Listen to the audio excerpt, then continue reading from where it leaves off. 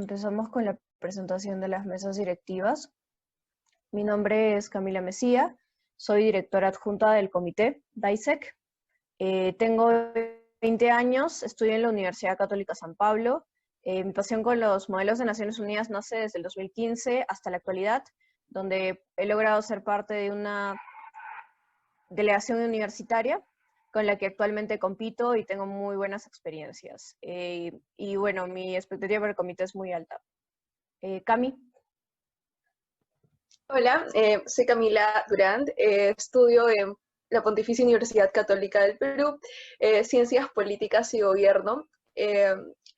Hago MUN desde 2018 y en la actualidad soy directora de una delegación escolar que es Independent Student Delegation y también soy faculty de la misma delegación. Vale, me presento yo, soy Claudia Plasencia, acabo de egresar también de la carrera de Ciencia Política en la Católica. Y bueno, este es mi primer acercamiento con el MUN y estoy muy feliz de poder compartir este espacio con ustedes.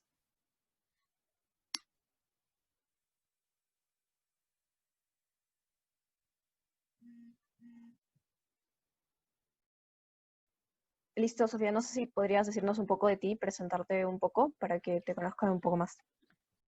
Listo, bueno, en primer lugar agradecer a todos ustedes por la invitación y a las charlas del MUN. Entonces yo soy Sofía Vizcarra Castillo, soy doctora en Sociología, soy magíster en Ciencia Política y también tengo una maestría en Relaciones Internacionales, en Teoría Internacional. Y mis estudios de pregrado fueron en Ciencia Política y Relaciones Internacionales y actualmente soy profesora del Departamento de Relaciones Internacionales de la Universidade do Vale do Rio dos Sinos, aquí en Brasil, en Porto Alegre. Entonces, actualmente doy clases de Relaciones Internacionales y básicamente mi trayectoria académica ha sido relacionado a investigación en temas de amenazas no convencionales, particularmente crimen organizado, narcotráfico.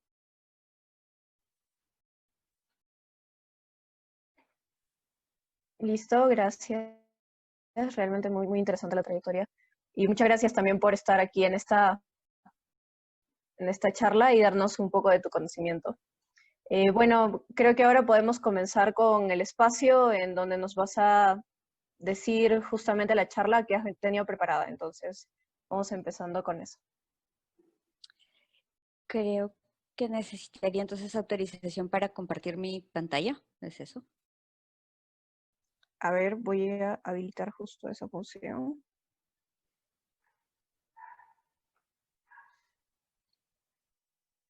A ver.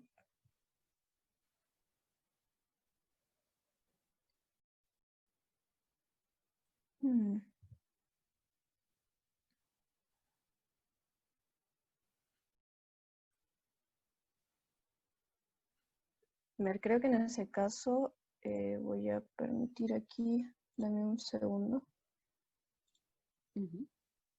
Ya está habilitado que todos los participantes puedan compartir la pantalla. De acuerdo. Creo que ahora sí están viendo mi pantalla. Sí. Listo. 2 segundos. Perfecto. Entonces, igual, si pueden me avisan el tiempo, pero entiendo que tengo 15 minutos. ¿Eso? Puede ser entre 15 y 20 minutos. Sí. No, creo que con 15 está bien. Pero entonces, bueno, en primer lugar, reiterar los agradecimientos de la invitación y cómo fue, digamos, coordinado en la invitación. El tema del día de hoy es la adquisición de armas por grupos insurgentes. Entonces, la idea es discutir un poco, principalmente dos aspectos sobre ese tema. En primer lugar, ¿cuál es el rol de las Naciones Unidas y la regulación de la adquisición de armas por grupos insurgentes? O sea, comprender un poco cuál es el marco regulatorio de las Naciones Unidas y las funciones de la organización como un todo en estos temas de regulación de armas y en segundo lugar, acercarnos un poco a los desafíos contemporáneos de la regulación de estas armas que son destinadas a grupos insurgentes. Entonces, comencemos por el papel de las Naciones Unidas y la regulación de la adquisición de armas por grupos insurgentes y principalmente por el papel del Consejo de Seguridad, que tiene un papel fundamental en el hecho de que las Naciones Unidas estén cada vez más aproximándose de estos temas. Entonces, vamos a situar un poco el panorama, principalmente con relación al papel del Consejo de Seguridad. El Consejo de Seguridad no es la única institución dentro de las Naciones Unidas que atiende ese tema. De hecho, ustedes, y seguro los delegados aquí los van a orientar sobre las funciones del primer comité, del DISEC y de las diferentes instituciones del sistema ONU que están vinculadas al tema de la regulación de la adquisición de armas por grupos insurgentes. Sin embargo, para nosotros es central recordar el papel del Consejo de Seguridad para conseguir identificar cómo funciona ese aspecto de la construcción de un régimen internacional de caso de control de armas para grupos insurgentes. Entonces, ¿qué cosa hace el Consejo de Seguridad? O sea, el Consejo de Seguridad es el órgano de las Naciones Unidas encargado de dirigir el sistema de seguridad colectiva de la ONU. En ese sentido, es el encargado de identificar las amenazas contra la paz y la seguridad internacional. Esto es bien importante, entonces, porque tenemos que recordar de que en algún momento de la historia, como vamos a ver más adelante, se va a terminar consolidando esta idea que los grupos insurgentes son una amenaza contra la paz y la seguridad internacional. Porque dentro de la Carta de las Naciones Unidas, esta no es una definición cerrada, no es una definición taxonómica, o sea, no hay una lista de amenazas, sino que el Consejo, a través del debate entre sus miembros, va a consensuar qué se define y qué no se define como una amenaza a la seguridad internacional. Una vez que se define que esta amenaza existe, ¿qué cosa hace el Consejo de Seguridad al respecto? El Consejo de Seguridad va a enfrentar esta amenaza a través de sus métodos de trabajo. En ese sentido, va a ser el operador del sistema de seguridad colectiva y va a conseguir justamente desencadenar una serie de acciones al respecto. ¿Cuáles son sus métodos de acción? Y esto es importante para situar justamente este tema de la regulación sobre la adquisición de armas por grupos insurgentes. Entonces, el Consejo de Seguridad puede tanto promover la negociación diplomática, puede promover decisiones que sancionan agresores, puede investigar algunos hechos específicos, puede formar operaciones de paz, puede establecer parámetros para la resolución de conflictos y esta última que es importante para el caso que vamos a discutir, que es establecer lineamientos generales para la seguridad internacional. Y este es un papel que no era tan activo por parte del Consejo de Seguridad durante la Guerra Fría. Tal vez ustedes no conozcan tanto la historia del Consejo de Seguridad, ¿no? Entiendo que ustedes, quien es el público objetivo son todavía estudiantes, ¿no? Y en ese sentido es importante distinguir dos periodos del Consejo de Seguridad. Un periodo que se llamó de, por así decir, parálisis, en el cual el Consejo de Seguridad, por causa del contexto de la Guerra Fría y del enfrentamiento de las dos grandes potencias que tenían poder de veto, muchas veces terminó inerte, paralizado por cuestiones geopolíticas para enfrentar algunas de las amenazas de seguridad internacional. En ese mismo periodo, o sea, hacia el final de la Guerra Fría principalmente, vamos a tener un cambio en la forma en que se van a luchar las guerras de manera contemporánea, que es lo que Mary Kaldor, una autora británica de la LSI, va a calificar como nuevas guerras. Entonces ella va a identificar que las guerras del final del siglo XX y inicios del XXI van a transformar la estructura de los combates, trayendo protagonismo a algo que ya existía en el pasado, pero que ahora se vuelve, digamos, el estándar de los conflictos que llegan hacia el Consejo de Seguridad, que son los actores insurgentes y son los métodos no tradicionales de combate, incluyendo actores terroristas. Entonces, estos actores tienen como foco la población civil y como método el terror. Y esto los hace particularmente problemáticos para las relaciones internacionales. Y esto los convierte en una amenaza para la seguridad internacional. Entonces, es en este contexto y con el final de la Guerra Fría que vamos a tener una revitalización del papel del Consejo de Seguridad. Entonces, si ustedes ven aquí en este gráfico, ven que la cantidad de resoluciones adoptadas por el Consejo de Seguridad va a aumentar después del final de la Guerra Fría. Entonces, los 90 y los 2000 son momentos de mucha actividad dentro del Consejo de Seguridad. Y esa actividad se relaciona con lo que está aquí al lado, que son los nuevos papeles que va a terminar adoptando el Consejo de Seguridad. Por una parte, un papel, por decirlo así, un poco más legislativo, en el sentido, no necesariamente que son normas totalmente obligatorias, pero sino que son lineamientos que van a influenciar la conducta de los estados, como lineamientos sobre temas transversales como contraterrorismo, mujeres y paz, seguridad, etc. Y va a reactivar su papel judicial, es decir, su papel de sanciones. No estamos hablando de un papel judicial tradicional en el sentido de una condena penal, porque sabemos que ese no es el papel de las Naciones Unidas, pero el Consejo de Seguridad sí puede aplicar sanciones y la idea es tanto aplicar sanciones a actores estatales, pero también durante este nuevo periodo se van a comenzar a aplicar sanciones a actores no estatales. Entonces, esta ampliación del papel del Consejo de Seguridad va a quedar consolidada hacia lo que en relaciones internacionales conocemos como las amenazas no tradicionales a la seguridad, que son amenazas de tipo transnacional, a partir de lo que sucede en el 11 de septiembre del 2001. Entonces, el 11 de septiembre va a marcar una expansión de la agenda internacional en términos de terrorismo e insurgencia. Les repito, esto no significa que actores insurgentes no existiesen antes y que incluso no fuese una preocupación del Consejo de Seguridad. Pero el 11 de septiembre sí va a cambiar el apoyo geopolítico de algunas de las grandes potencias en relación a la sanción de grupos insurgentes. Y entonces el término terrorismo, que había sido tan discutido en diferentes foros internacionales y sobre si la definición era muy específica, mucho más amplia, va a terminar entrando de manera definitiva en la agenda del Consejo de Seguridad.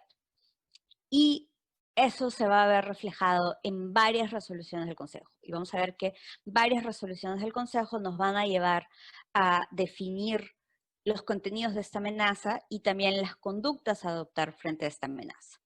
Entonces vamos a tener la creación del Comité Antiterrorismo con la resolución 1373 del 2001, o sea, muy poco después del atentado. Vamos a tener una ampliación del régimen de sanción aplicable de los talibanes. Vamos a tener entonces sanciones individuales, a listas de individuos sancionados por la comunidad internacional, lo que nos deja ver también la importancia del tema de buscar mecanismos de control de grupos insurgentes. Vamos a tener también en el 2004 la prohibición de armas de destrucción masiva para actores no estatales a través de la resolución 1540 y una de las más recientes, pero también una de las más importantes, va a ser la prevención de la adquisición de armas por grupos insurgentes a través de la resolución 2370 del 2017. Y es sobre esta resolución que les quiero hablar ahora en este segundo momento de presentación. Entonces, recuerden, la preocupación por la adquisición de armas por grupos insurgentes ya existía anteriormente, pero en la resolución 2370, que es una pieza fundamental de este régimen de control de armas, va a traer un foco movilizando actores y movilizando nuevos métodos de acción para la cooperación internacional en términos de seguridad destinada al control de estos actores no estatales, los que se conocen como grupos insurgentes. Entonces, ¿cuáles son los desafíos contemporáneos de la regulación?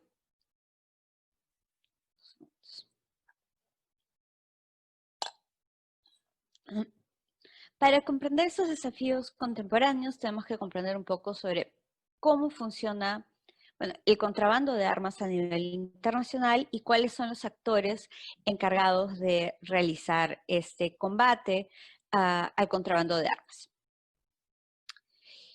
Entonces, ¿cuáles son los actores involucrados en esta regulación? Tenemos que entender que es una regulación, ¿en qué sentido? Que las armas son un mercado legal. O sea, a diferencia, por ejemplo, de las drogas, las armas son mercancías legales. Ellas pueden ser producidas y hay toda una industria internacional que produce diferentes tipos de armas.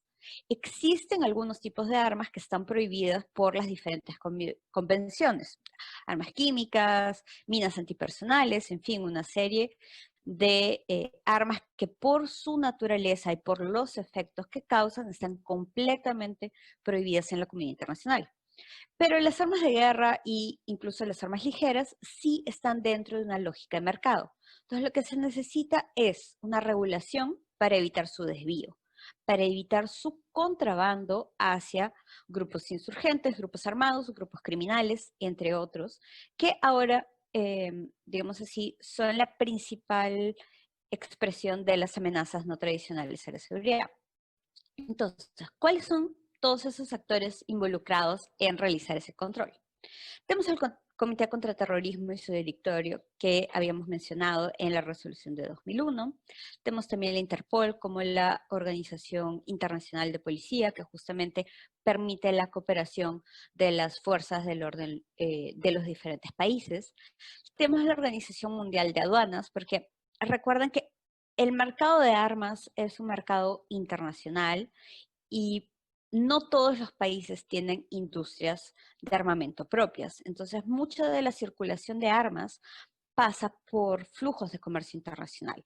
Por lo tanto, muchas de las armas que terminan siendo desviadas van a pasar por algún puesto de aduana. Y eso va a ser importante cuando ustedes vean las medidas recomendadas. Otro actor importante es la Oficina de Asuntos de Desarme de las Naciones Unidas, la UNODA, la UNODC, que es la Oficina de las Naciones Unidas contra la Droga y el Delito, y el Servicio de Acción Antiminas de la ONU, UNMAS. Todos ellos van a reportar a las diferentes instancias, incluyendo el primer comité de la Asamblea General y al Consejo de Seguridad. Entonces, acuérdense que el sistema ONU siempre opera por diferentes niveles y en diferentes, digamos, en diferentes instancias, pero la idea es que todos ellos actúen en armonía. ¿Y qué cosas lo que van a recomendar estos actores a través de la resolución 2370 del Consejo de Seguridad? Van a recomendar algunas medidas específicas orientadas a controlar este contrabando de armas. La primera medida va a ser la capacidad de garantizar el emprendimiento de acciones legales adecuadas contra quienes deliberadamente se dediquen a proporcionar armas a terroristas. Que esa es una medida clásica dentro de los mercados ilegales, que es la persecución judicial y penal de aquellos actores que están involucrados en estos mercados. Lo segundo, y no menos importante, es la garantía de la seguridad física y la gestión adecuada de los arsenales de armas pequeñas y ligeras. ¿Qué pasa? Que muchas de las armas que terminan en manos de grupos insurgentes, y eso lo hemos visto en Colombia, lo hemos visto en Irak, Afganistán, etcétera, tienen proveniencia de arsenales legales, muchas veces de las fuerzas del orden locales, sean fuerzas armadas, sean policías. Y entonces, ¿qué tenemos? Un problema de seguridad física, de vigilancia de los arsenales. Tenemos también problemas con cómo se reportan las pérdidas de armas, y en fin, hay una serie de procedimientos de control que no necesariamente están estandarizados y funcionan en todos los países. Por eso es que la siguiente medida recomendada por el Consejo de Seguridad es fomentar la aplicación de procedimientos de marcado y rastreo de armas pequeñas y ligeras para mejorar la trazabilidad. Quédense con esa palabra, trazabilidad, porque lo importante es poder rastrear cuál fue el origen legal de esa arma, para entender cómo ella fue desviada hasta las manos de grupos insurgentes, porque eso permite pensar nuevas medidas de control y evitar la formación de mercados de contrabando. Y eso va en paralelo de fortalecer, cuando se procede, la capacidad judicial, policial y de control de fronteras, a través del desarrollo de la capacidad de investigación de las redes del tráfico de armas. Es decir, comprender que la estructura de estas redes no necesariamente está pensado para abastecer solo grupos insurgentes. Es un mercado ilegal con una dinámica propia, con actores propios vinculados a redes de lavado de activo y que funciona según las reglas de organizaciones criminales. Por tanto, lo que se aplica en ese caso también son las disposiciones de las convenciones de las Naciones Unidas sobre delincuencia organizada, conocida como la Convención de Palermo.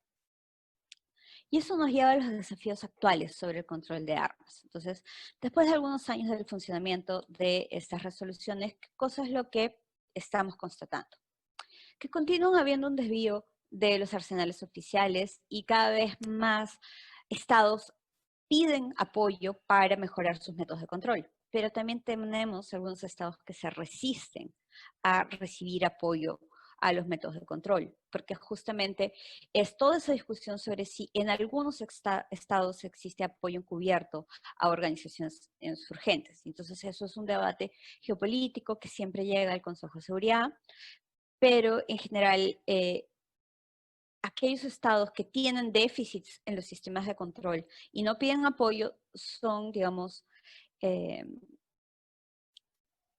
salta la alerta sobre que no están queriendo cooperar en algo que sería fundamental para evitar estas conductas. Otro desafío es el tema de las nuevas tecnologías, principalmente esto en Oriente Medio, donde se ha detectado comercio de armas vía dark web, o también el tema de el contrabando de planos para fabricación de armas, todavía muy rústicas, muy convencionales, pero en 3D.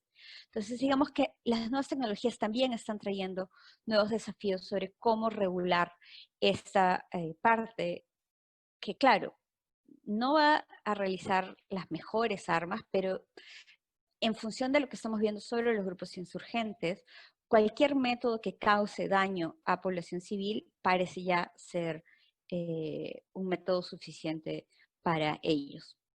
Y justamente es por eso que ellos van adecuando sus tácticas de combate y frente a estos desafíos del control. Entonces, por ejemplo, ahora estamos viendo muchos más ataques con arma blanca. Entonces, no necesariamente la regulación de armas va a inmediatamente terminar el desafío de los grupos insurgentes. Tenemos que entender que es una parte necesaria, pero no suficiente.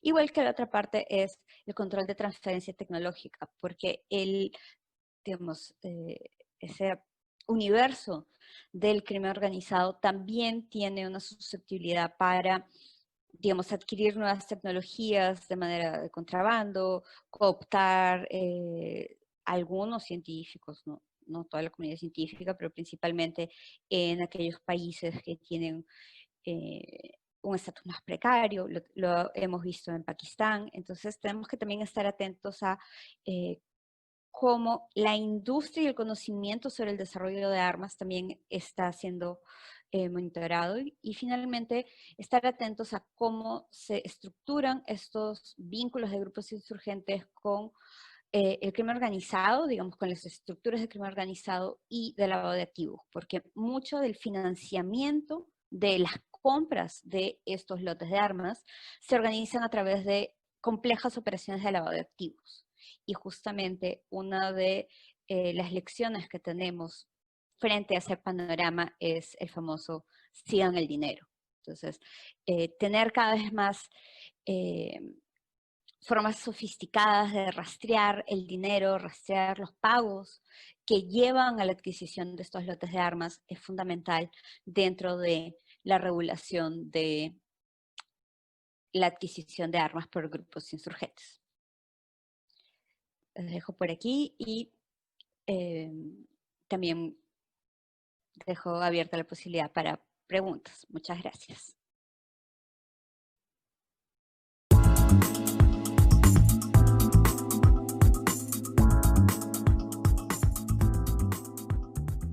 Listo, muchas gracias por la exposición, la verdad muy interesante y muy importante para los delegados y saber todos estos conocimientos. La primera pregunta que tendríamos para usted es, ¿cuál es la interacción de la primera comisión de las Naciones Unidas con el Consejo de Seguridad en lo respectivo al establecimiento de lineamientos generales para la seguridad internacional? Entonces, el primer comité que depende de la Asamblea General, o sea, tenemos que ver en las Naciones Unidas, la jerarquía tiene 6 órganos principales, uno de ellos es la Asamblea General y el primer comité está dentro de la Asamblea General. El Consejo de Seguridad es otro órgano principal que es el órgano rector del sistema de seguridad colectiva.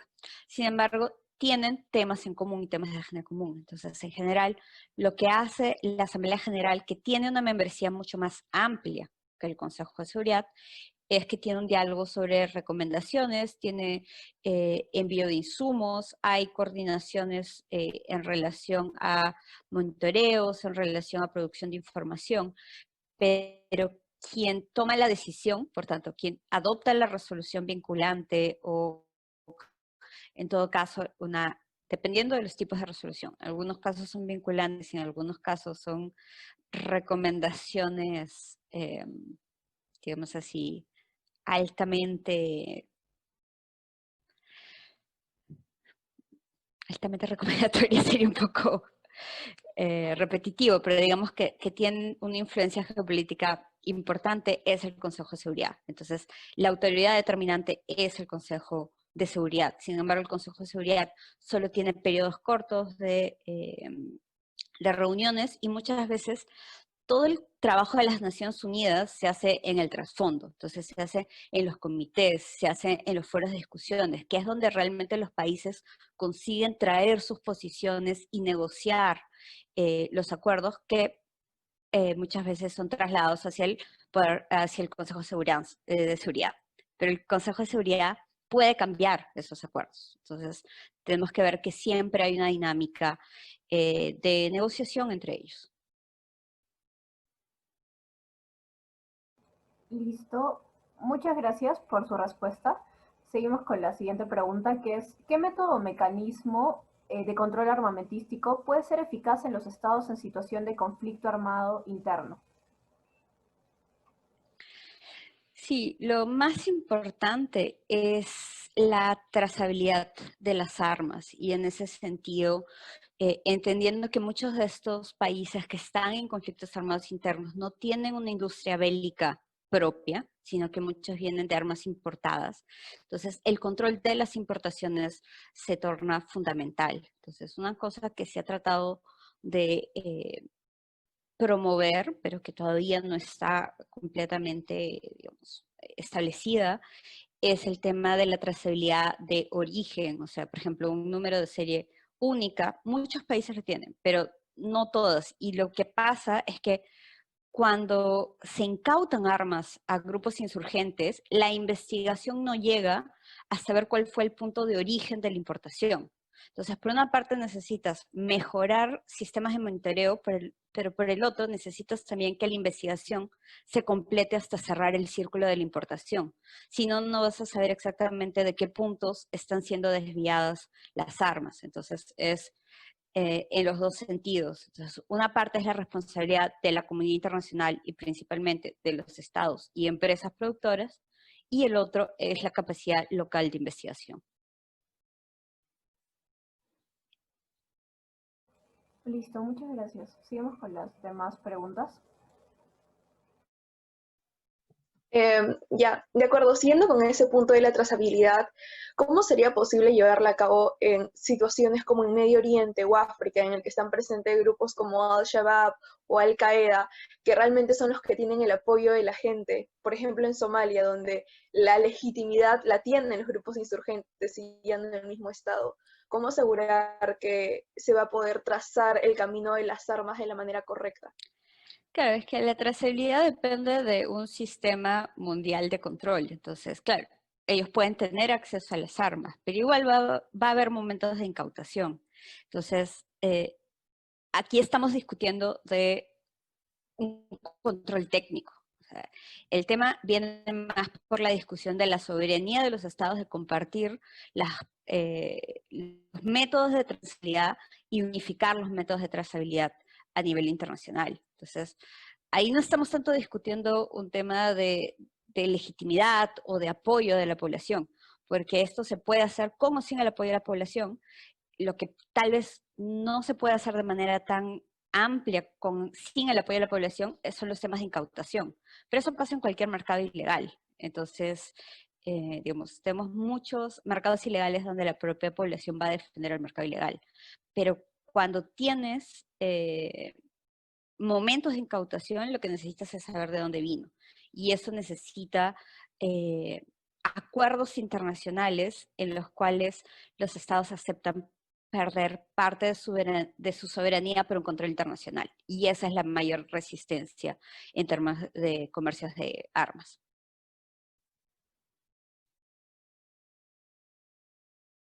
Mm, Muchas gracias. Y otra pregunta más acerca de los grupos insurgentes y como que su dinámica particular. ¿Cómo no solo evitar que sigan con el contrabando, sino desarticular las células insurgentes en su totalidad? ¿Y cómo hacer que estas células vayan disminuyendo progresivamente porque sabemos que inmediatamente o en corto plazo eso no va a poder suceder? ¿Cuál sería el mecanismo más eficiente?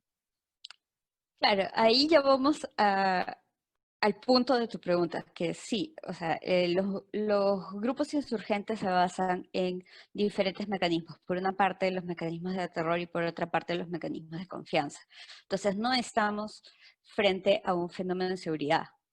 Ahí sí volvemos a la dinámica sociopolítica del asunto. Entonces, es muy difícil con lo que conocemos ahora como redes criminales, porque los grupos insurgentes usan el modelo red, que es un modelo muy resiliente al control policial.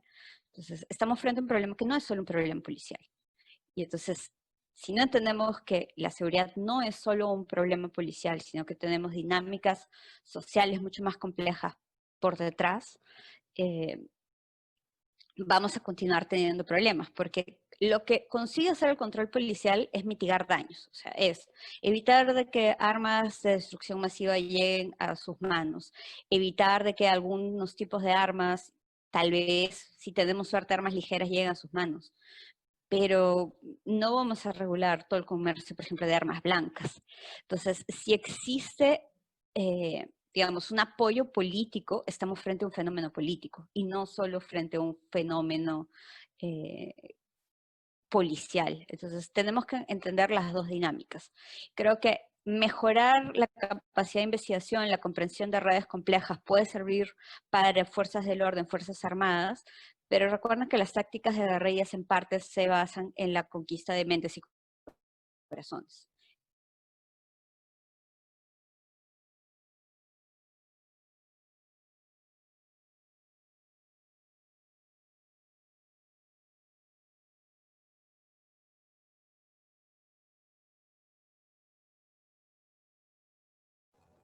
Listo, muchas gracias, la verdad, por toda la dinámica que hemos tenido.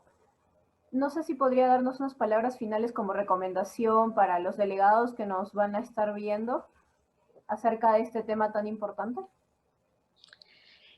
Sí, creo que una cosa que pueden tomar en consideración cuando estén discutiendo es tener en consideración cuál es el papel que cada uno de sus países tiene dentro de este tema. ¿En qué sentido? En que algunos países ustedes van a ver que son fabricantes de armas y en ese sentido van a tener posiciones probablemente diferentes de países que están digamos, viviendo conflictos armados internos o que tienen grupos insurgentes. Entonces, tal vez una discusión que ustedes podrían tener es el tema de la responsabilidad internacional. ¿Dónde está la responsabilidad internacional? ¿Quién tiene la responsabilidad internacional? Y una responsabilidad que tiene dos dimensiones, una responsabilidad política, pero también una responsabilidad económica, porque otro problema de estos temas de la trazabilidad es el tema de los costos. Esa trazabilidad y montar un sistema de escala global es muy costoso, entonces es necesario también discutir esos aspectos pragmáticos al momento de pensar en nuevas medidas a implementar. Claro, muchas gracias por sus recomendaciones. Lo mismo nosotros como mesas directivas les recomendamos a los delegados que tengan muy en cuenta sus posturas, la dinámica internacional que engloba este tema tan importante. Y además agradecerle a la ponente por el tiempo que nos ha brindado y también a la organización por darnos este espacio de compartir. Listo, muchas gracias por la invitación de nuevo. Muchas gracias, Sofía, muchas gracias por acompañarnos. Ha sido excelente, por ejemplo, yo que no conozco absolutamente nada, poder tener un panorama más claro de cómo abordar ese tema, ¿no? Eso, muchas gracias por haber participado todas y nos estamos viendo en la siguiente charla. Gracias y buenos días, entonces. Chao.